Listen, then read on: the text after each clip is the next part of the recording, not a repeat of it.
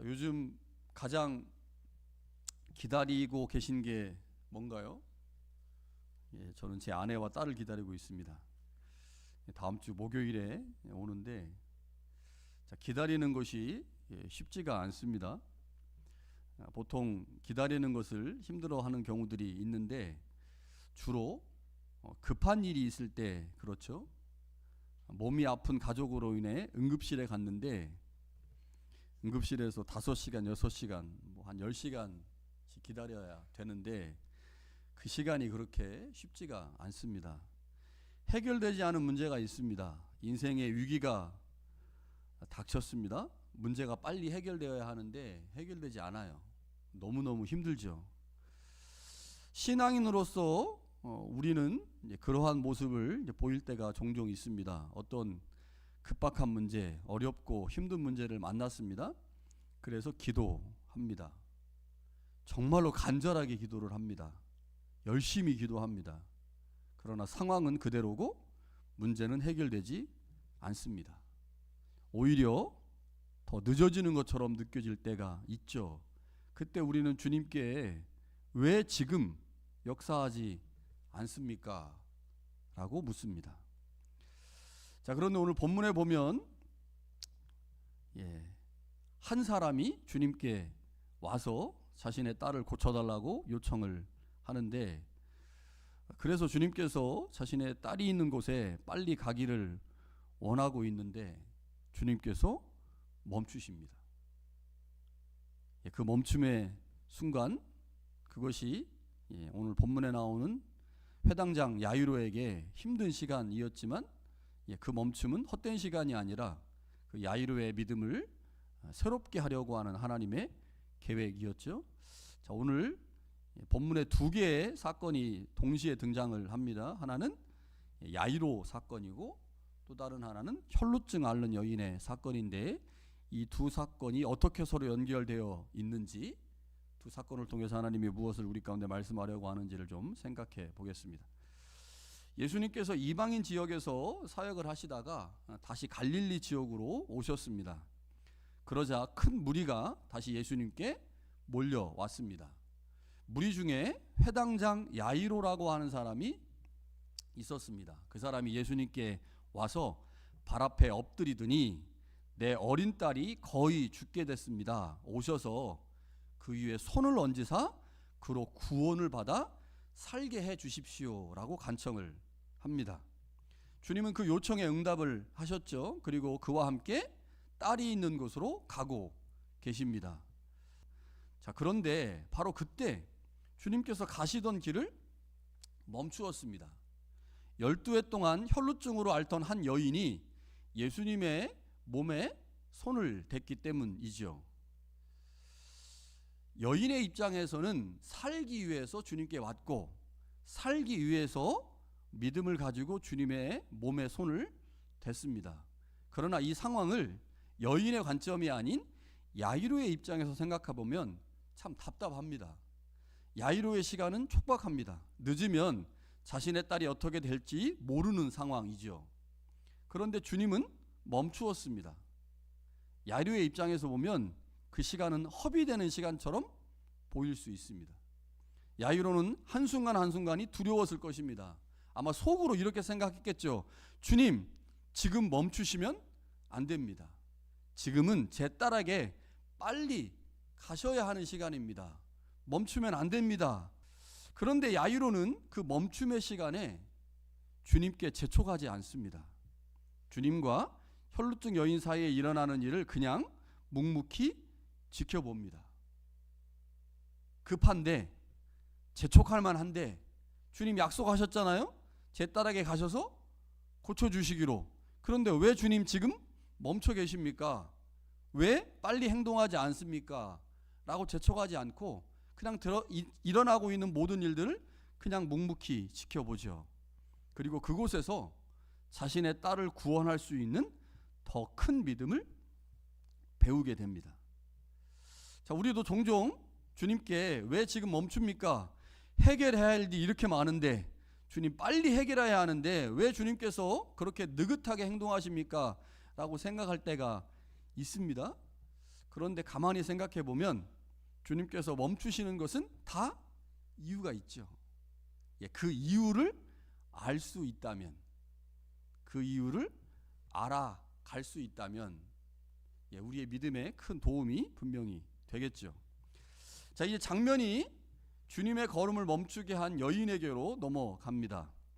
주님의 걸음을 멈추게 한 여인, 12년 동안 혈루증으로 고통을 받은 아주 불쌍한 여인입니다. 종교적으로 부정한 자라고 취급을 받았기 때문에 주님 앞에 나올 수 없었고, 그래서 몰래 주님 뒤편으로 가서 그의 옷에 손을 대죠. 그리고 마음으로 이렇게 생각을 합니다. 내가 그의 옷에 손을 대어도 구원을 받으리라. 여기서 구원이라고 하는 것은 이제 치유를 말하는 거죠. 마가복음은 이 혈루증 여인이 얼마나 큰 고통 가운데 있었는지를 아주 자세히 기록합니다. 마태복음하고 누가복음에도 동일한 사건이 나오지만 거기는 그렇게 자세히 기록이 안 되거든요. 그런데 마가복음은 아주 자세히 기록해요. 자, 26절에 보니까 12해를 혈루증으로 알아온 한 여자가 있어 많은 의사에게 많은 괴로움을 받았다. 가진 것도 다 허비했다. 아무 효험이 없었다. 도리어 더 중하여졌다. 라고 설명합니다. 이 여인의 육체적 고통은 말로 표현할 수 없을 정도로 심각했습니다. 그런데 이 여인에게 더 큰 고통은 육체적 고통으로 끝나지 않았다고 하는 거죠. 사회로부터, 종교로부터 심각한 소외와 외면을 받았습니다. 왜냐하면 율법은 혈루증 앓는 여인을 부정하다고 말씀하기 때문입니다. 그래서 이 여인은 항상 부정한 자로 취급을 받았습니다. 부정을 해결할 수 없었기 때문에 그녀는 항상 죄인이라고 하는 꼬리표를 달고 다녔습니다. 부정하고 죄인이니 많은 사람들이 그녀를 무시했습니다. 철저한 소외된 삶을 살았죠. 종교적으로는 죄인이었고 사회적으로는 왕따였습니다. 그러니 당연히 경제적으로도 어려움을 겪을 수밖에 없었습니다. 한마디로 수년 동안 비참한 삶을 살아왔죠. 비참한 삶을 살던 여인에게 한 소식이 들려옵니다. 병을 고치신 예수님의 능력에 관한 소식이었죠. 그런데 그것만 들려온 게 아니었던 것 같습니다. 자신과 같이 소외되고 정죄받는 사람들을 품어주시고 용납하신다는 소식도 함께 들었던 것 같습니다. 그래서 큰 용기를 내어 예수님께 왔죠. 여인이 주님께 왔을 때 여러 방해물이 있었습니다. 그러나 그 여인은 자신을 고칠 수 있는 능력이 주님에게 있음을 알고 그 모든 장벽을 뚫고 예수님께 갔고 뒤에서 몰래 주님의 옷에 손을 대면서 치유가 일어났습니다. 여인이 치유를 경험하고 난 후에 자신의 몸에 구원의 역사가 일어난 사실을 알았습니다. 그런데 그것을 여인만 안 게 아니었죠. 주님도 그 사실을 알았습니다. 29절에 보니까요, 이에 그의 혈루 근원이 곧 마름에 병이 나온 줄 몸에 깨닫느니라 라고 되어 있습니다. 12년 동안 온갖 방법을 통해서 치료를 하려고 애를 썼지만 전혀 치유되지 않았었는데 주님의 옷에 손을 대는 순간 치유가 일어났으니 이 여인이 얼마나 두렵고 놀랐겠습니까? 그래서 두려움에 쌓여 있었는데 주님께서도 자신의 몸에서 능력이 나간 줄 아시고 그 몸에 손을 댄 사람을 찾았습니다. 제자들은 그 상황이 전혀 어떤 상황인지를 몰랐기 때문에 무리가 밀어서 그냥 예수님의 몸에 누군가가 손을 댄 것뿐입니다 라고 말했지만 주님은 자신의 몸에서 능력이 나간 것을 분명히 알고 계셨기 때문에 그 사람을 찾았죠. 한 여인이 고백을 합니다. 그리고 그 여인을 보신 주님께서 이렇게 말씀하시죠. 딸아, 내 믿음이 너를 구원하였으니 평안히 가라. 내 병에서 놓여 건강할지어다.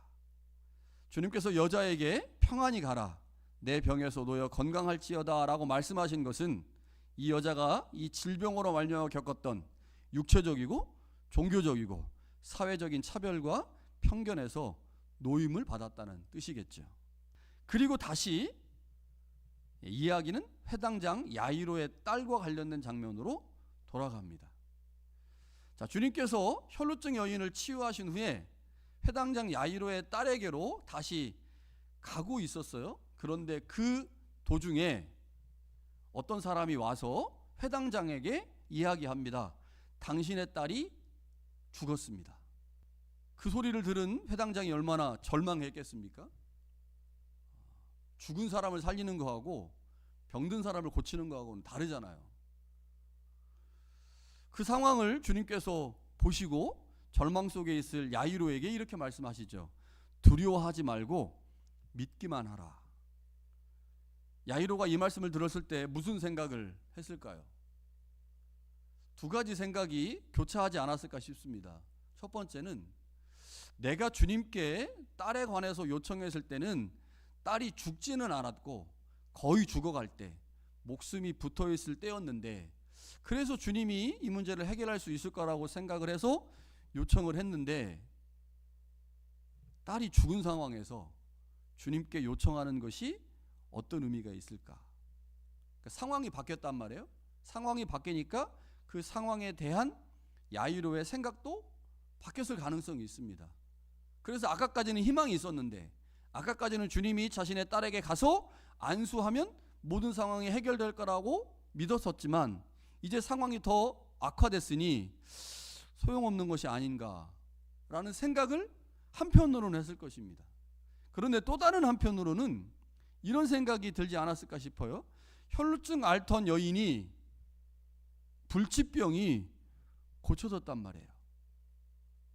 자, 자신의 딸이 어떤 병에 걸렸는지 정확하게 알 수는 없지만 어쩌면 야이로는 자신의 딸의 병과 혈루증 앓고 있는 여인의 병을 비교했을 수도 있습니다.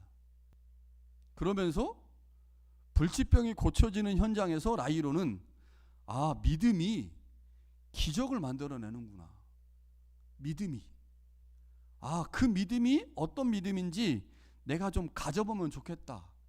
그러니까 한편으로는 자신의 딸의 상황이 변화됐기 때문에 절망이 생겼지만 다른 한편으로는 그 딸에게 가는 과정 가운데 불치병이 고쳐지는 현장을 경험하면서 야이로에게 자신의 딸을 살려낼 수 있는 어떠한 믿음이 나에게 필요한 것이 아닌가, 그 믿음이 주님에게서부터 올 수 있는 것은 아닌가라고 하는 희망이 생겼을 것입니다.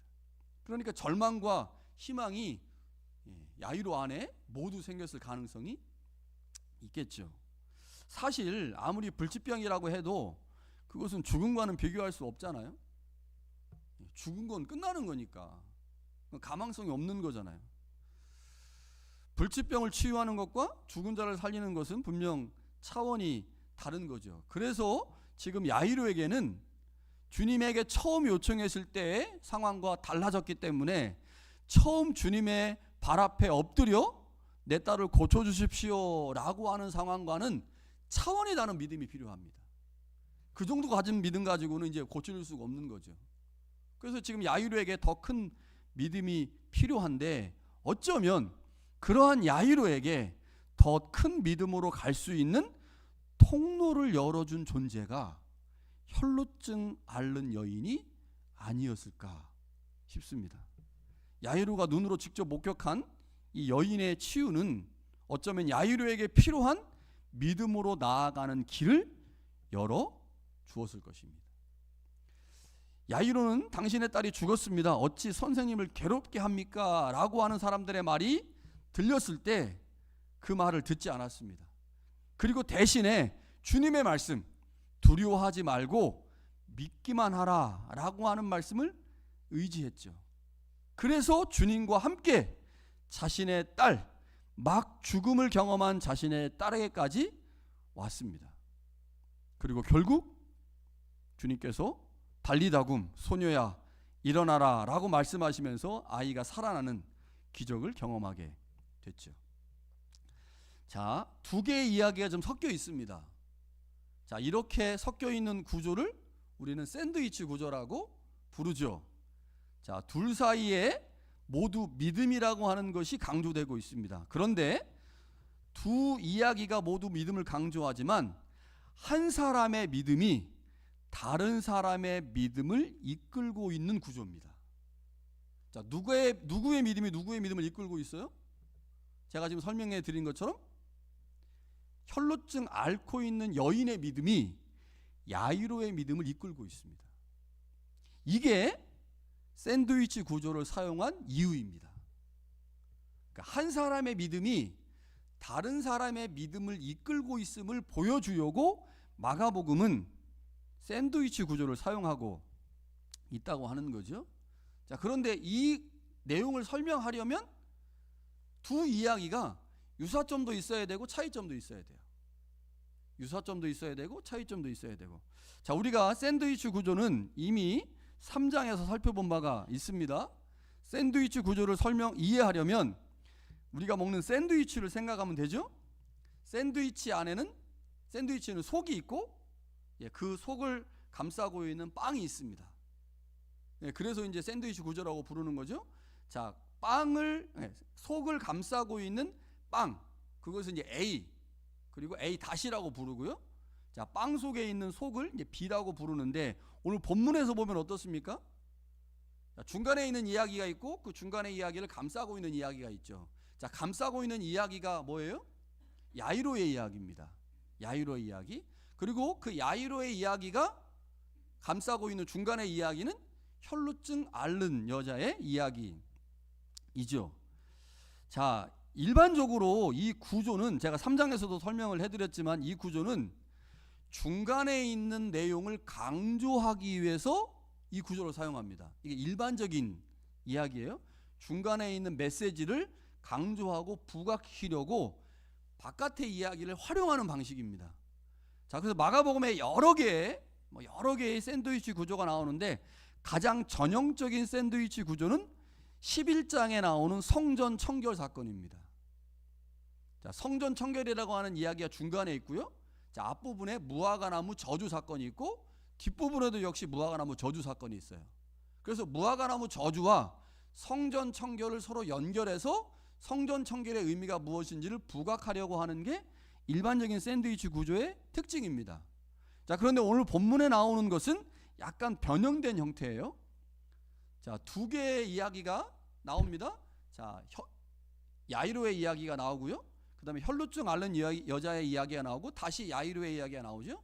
자, 그래서 이제 샌드위치의 중간 부분이 중요하기 때문에 혈루증 앓고 있는 여자의 이야기가 중요한데, 이 혈루증 앓고 있는 여자의 이야기가 어디에 영향을 미치게 되느냐?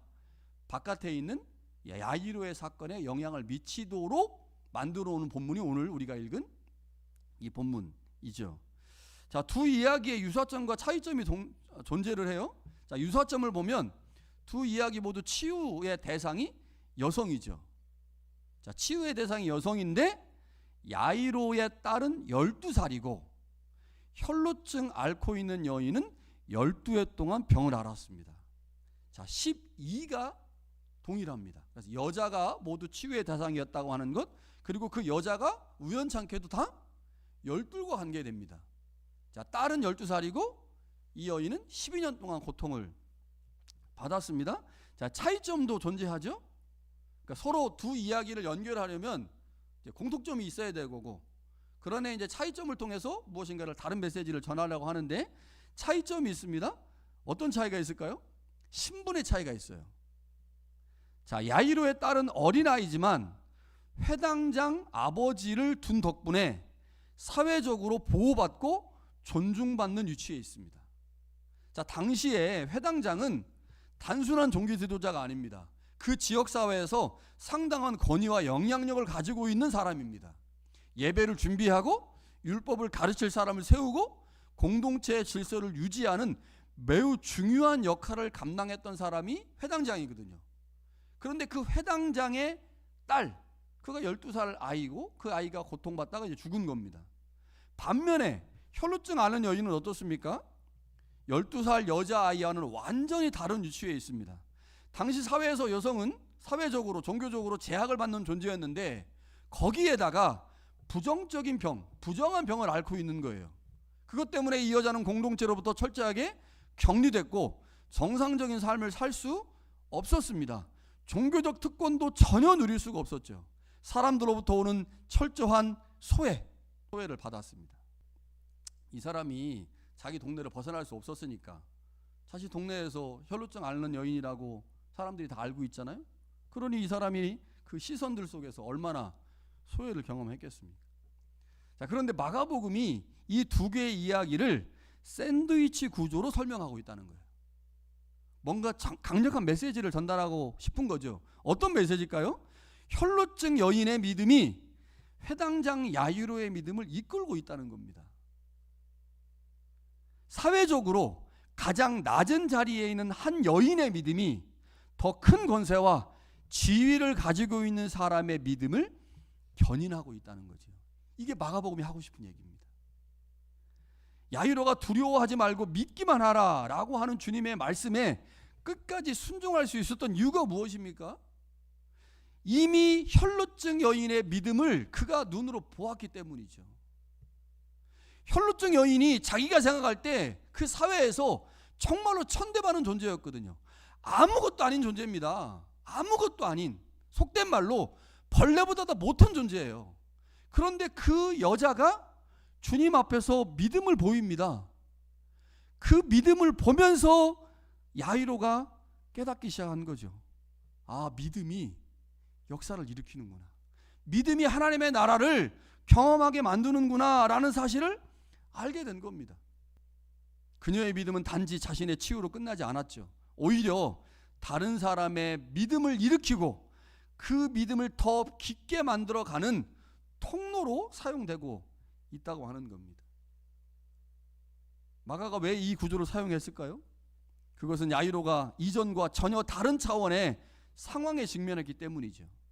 야이로가 그 전에는 병이었어요, 자신의 문제가. 그러나 이제 죽음이라고 하는 문제 앞에 도달했습니다. 병 문제가 아니라 죽음의 문제이기에 그 이전에 주님을 만났을 때의 믿음 가지고는 야이로가 기적을 경험할 수 없는 거예요. 그래서 야이로의 믿음의 수준을 한 단계 업그레이드 시키려고 누구를 등장시킵니까? 혈루증 앓고 있는, 사회적으로 천대받고 무시당하는 여자를 등장시킵니다. 그리고 그 여인을 통해서 야이로의 믿음을 업그레이드 하는 거죠. 이제 자신의 믿음은 단순히 병든 딸의 회복을 구하는 믿음의 수준을 넘어서 죽음 앞에서도 주님의 말씀을 붙드는 믿음이 필요한데, 바로 그 지점에서 혈루증 여인의 믿음이 결정적 역할을 했다는 것입니다. 아무것도 아닌 것 같은 존재가 야이로의 딸을 구원하는, 구원을 경험하는 결정적 역할을 했다고 하는 거죠. 오늘 우리에게 주시는 하나님의 음성이 있습니다. 크게 두 가지죠. 첫 번째, 주님의 멈춤은 지연이 아니라 믿음을 위한 준비라는 점입니다. 야이로는 그 멈춤 속에서 혈루증 여인의 믿음을 보았고 결국 두려워하지 말고 믿기만 하라. 이 믿는다는 게 무엇인지를 그 현장에서 경험했습니다. 그래서 붙든 거예요. 그래서 주님과 함께 자신의 딸까지 가게 된 거죠. 우리의 삶에도 주님의 멈추심의 순간들이 종종 있습니다. 그때 우리는 왜 지금입니까? 라고 묻죠. 그러나 오늘 주님께서 우리 가운데 말씀하십니다. 주님이 멈추시는 그 순간은 버려진 시간이 아니라 우리의 믿음을 위해 주님께서 배려하는 시간이라는 거죠. 지금은 아직 기적을 일으킬 수 없어서, 지금은 아직 하나님의 나라가 우리 가운데 뚫고 들어올 수 없어서 우리의 믿음이 좀 더 성장하도록 주님께서 우리 가운데 배려하시는 시간, 그 시간이 바로 주님의 멈춤의 시간입니다. 그렇게 이해하면 주님이 조금 더디 응답하셔도, 주님이 조금 더디 말씀하셔도 주님의 의도가 무엇인지를 알 수 있겠죠. 그러면 훨씬 더 그 기다림의 시간들이 우리 가운데 좀 쉬울 것입니다. 또 다른 하나는요, 인생에서 최악의 상황을 걷던 여인이 누군가의 믿음을 향상시켜주고 세워주는 일에 사용됐다는 점입니다. 당시 상황에서 보면 혈루증 여인은 정말 가치 없고 보잘것없는 존재였죠. 그런 그녀가 당시 사회적 지위가 있는 사람, 소망이 끊어진 사람을 더 큰 믿음으로 세우는 일에 사용되었다고 하는 점입니다. 주님은 오늘 우리를 혈루증 여인과 같이 우리 공동체에 누군가를 세우고 믿음을 성장시키는 일에 사용하고자 하십니다. 내가 갖고 있는 것이 혈루증 여인과 같이 별거 없고 아무것도 아닌 것 같아요.